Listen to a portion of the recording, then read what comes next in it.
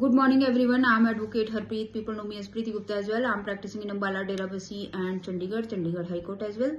आज जो मेरा टॉपिक है वो है सेक्शन 161 ऑफ CRPC। जो नया सेक्शन बना है वो 256 बना है। और सेक्शन 161 ऑफ CRPC क्या कहता है? ये अलाउ करता है पुलिस को to examine witness and record their statements in writing और record it using audio video electronic means.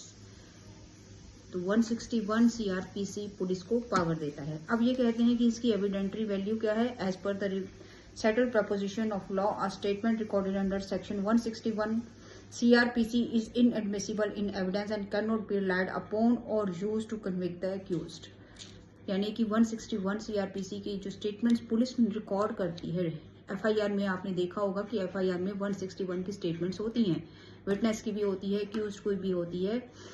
Particularly witness की जो इस केस से रिलेटेड होते हैं उनकी आपने स्टेटमेंट्स देखी होंगी। तो उनकी बेसिस पर 161 पर्टिकुलरली 161 CRPC की बात हो रही है कि उसके बेसिस पर एक एक्यूज्ड को कन्विक्ट नहीं किया जा सकता। लेकिन 161 जो है उसको यूज कहाँ किया जाता है? उसको यूज किया जाता है कॉन्ट्राडिक्शंस के लिए और ओमिशंस के लिए। ओमिशंस के बेसिस पे एक केस जो है वो लैंडमार्क जजमेंट थी, पर्वत Singh versus state of Madhya Pradesh 2020 part 2 supreme court cases. इसमें जो है ओमिशंस को लेके 161 के CRPC की डिटेल दी गई थी। इसके बाद ये बोला जाता है कि जो 161 CRPC की जो स्टेटमेंट है जो पुलिस रिकॉर्ड करती है, राइटिंग में रिकॉर्ड करती है या ऑडियो वीडियो में रिकॉर्ड करती है, तो ऑडियो वीडियो के लिए भी एक जजमेंट आई थी जिसका नाम है Paramvir Singh Saini versus Baljit Singh AIR 2021 supreme court 64। ये जो केस है इसमें सुप्रीम कोर्ट ने गाइडलाइंस जो हैं वो बोली थी for the all police stations to for installing of CCTV cameras and recording equipments in all police stations and compliance affidavit to be filed to prevent custodial deaths or serious injury to person arrested and brought to the police stations। तो खास तौर पे CCTV cameras के लिए ये जो judgement है ये पर्टिकुलरली सभी पुलिस स्टेशन को बोला गया था कि इस जजमेंट के थ्रू कि कैमरे जो हैं पुलिस स्टेशंस में लगाना बहुत जरूरी है। अब जो 161 की स्टेटमेंट है, कई बार ऐसा भी होता है कि 161 की जो स्टेटमेंट है वो जो लिखा गया है उसके जो विटनेस है वो उससे उलट ही आकर बोलता है। पहली बात तो ये है कि 161 की स्टेटमेंट में सिग्नेचर नहीं होते हैं। आप कभी भी FIR को खोलेंगे तो 161 में कोई भी विटनेस की जो आप स्टेटमेंट देखेंगे तो आप देखेंगे कि उसके नीचे जो है विटनेस के सिग्नेचर नहीं होते हैं।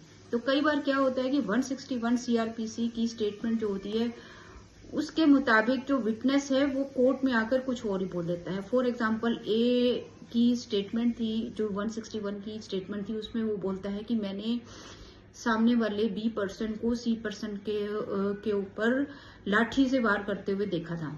लेकिन जब वो कोर्ट में आता है तो वो ये कहता है कि मैंने B को C को लाठी से वार करते हुए नहीं देखा, बल्कि मैंने तो सुना था, मुझे तो कहीं से पता लगा था, ऐसा कुछ नहीं है, मैंने अपनी आंखों से कुछ नहीं देखा। या फिर वो ये बोलता है कि मैं तो उस समय वहां था ही नहीं, मैं तो कहीं और किसी और प्लेस पर गया हुआ था। तो यानी कि 161 की जो स्टेटमेंट है वो उससे बिल्कुल ही अलग हो गया। वो प्रोसिक्यूशन का विटनेस था FIR के अकॉर्डिंग, लेकिन वो प्रोसिक्यूशन में को दी गई 161 की स्टेटमेंट से बिल्कुल उल्टा बोल रहा था। तो इस पॉइंट के ऊपर जो प्रोसिक्यूशन है वो उसको हॉस्टाइल घोषित करते हैं और वो फिर उसको खुद क्रॉस एग्जामिनेशन करते हैं। यानी कि प्रोसिक्यूशन अपने ही क्लाइंट को, अपने ही विटनेस को क्रॉस एग्जामिनेशन करते हैं।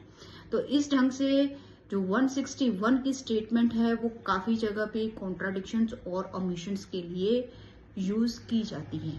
Thank you so much.